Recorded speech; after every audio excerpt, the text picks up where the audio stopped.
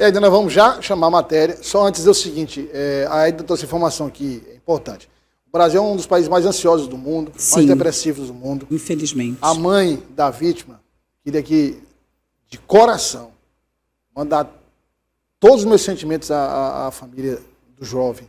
A cena do jovem saindo em uma maca do colégio me triturou completamente emocionalmente. Deixou todo totalmente mundo destruído. Estarrecido. Então eu queria dizer para ela que eu estou orando e rezando todos os dias. Né? Todos nós. Eu tenho filhos também, todo mundo aqui, para que ele se recupere, para que ele, eu sei que vai ser uma recuperação difícil, mas que ele não tenha nenhuma consequência grave, que ele volte andando, enxergando, falando, mesmo que a recuperação seja lenta, mas que ele possa, depois de um longo período, ter a vida normal de volta. Sim. E aí, obviamente, vai precisar de um auxílio psicológico, porque ele passou por uma situação difícil. Traumática. Mas olha só, vamos refletir aqui, você que está nos acompanhando, e principalmente eu chamo a atenção de quem é pai, de quem é mãe, de quem é responsável por alguém. Porque às vezes é o tio, né? É a avó, né?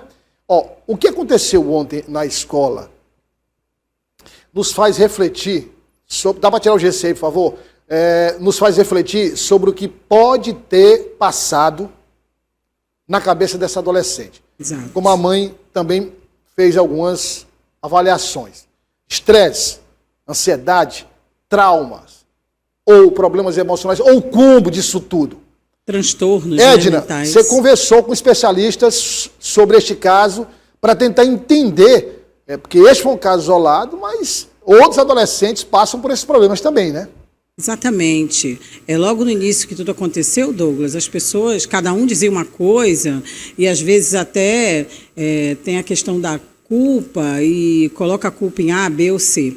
E a gente sabe muito bem que também depois da pandemia, as alterações de comportamento, né, os tratamentos em relação à nossa saúde mental tiveram um olhar mais apurado pelos especialistas, pelos médicos, especialmente pelos psicólogos e psicanalistas. E a Organização Mundial de Saúde também teve um olhar mais apurado. Então, nós fomos conversar com uma especialista sobre o assunto, sobre esses diversos transtornos mentais. Algumas dessas pessoas que têm transtornos, elas não conseguem aceitar o término de um relacionamento, não conseguem aceitar o não. Não, para elas não existe. E elas partem para a agressividade. E, Douglas, eu aprendi que todos nós temos que saber sobre socorro psicológico. Então, nós vamos saber mais um pouco sobre esse assunto na matéria que eu e o repórter cinematográfico Sérgio Neto produzimos ontem. Por favor. Caso de grande repercussão quando uma adolescente de 16 anos atirou no estudante de 17 em um colégio em Teresina, jogou luz na pauta que preocupa os especialistas. Esta psicopedagoga destaca como a cobrança pelo bom desempenho em qualquer área, como nos estudos, trabalho e na vida amorosa, pode interferir negativamente na mudança de comportamento dos jovens. Podemos observar que cada vez mais cedo os nossos jovens eles são cobrados com muitos índices elevados, seja no estudo, seja de destaque no trabalho, ou seja no comportamento, na questão física. E a gente pode observar que isso tem frustrado muitos dos nossos jovens, que não sabem lidar. E aí a gente observa que a sociedade ela não dá esse suporte. E muitas vezes a família também acaba deixando de lado esse jovem, sem mostrar a necessidade de estar ajudando, incentivando a ter uma empatia, a ter uma estrutura psicológica e emocional. Os especialistas alertam, não basta só o cuidado com a orientação em relação à importância da saúde mental, mas também no tratamento para os primeiros socorros psicológicos quando um fato como esse acontece? Hoje, na parte psicológica, nós temos o atendimento no momento da crise, que é muito importante falar isso para vocês. Hoje, até adolescentes podem fazer esse curso de primeiros socorros psicológicos, para que, se um amigo desenvolver um ataque de ansiedade ali, ele pode fazer basicamente algumas coisas para chamar um apoio especializado. Então, acho importante essa discussão, né, de como a gente trabalhar na crise e depois. O depois é a questão das sequelas.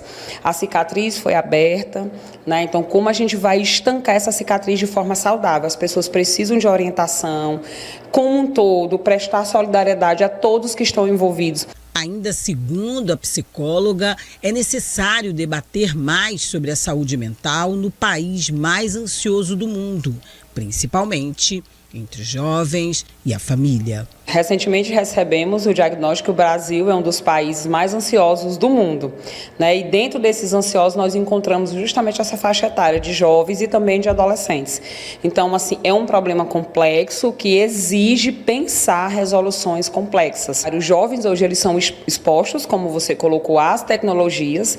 Lá você acessa vários conteúdos e conteúdos inclusive que são extremamente adoecedores e que influenciam esses jovens que estão em processo de formação de personalidade e que tem as questões complexas, que às vezes tem problemas familiares, tem problemas de aprendizagem, tem o isolamento, né? Tem os transtornos mentais como a depressão. Então, assim, de fato, hoje a gente precisa entender que é um projeto que precisa se pensar de saúde mental, né?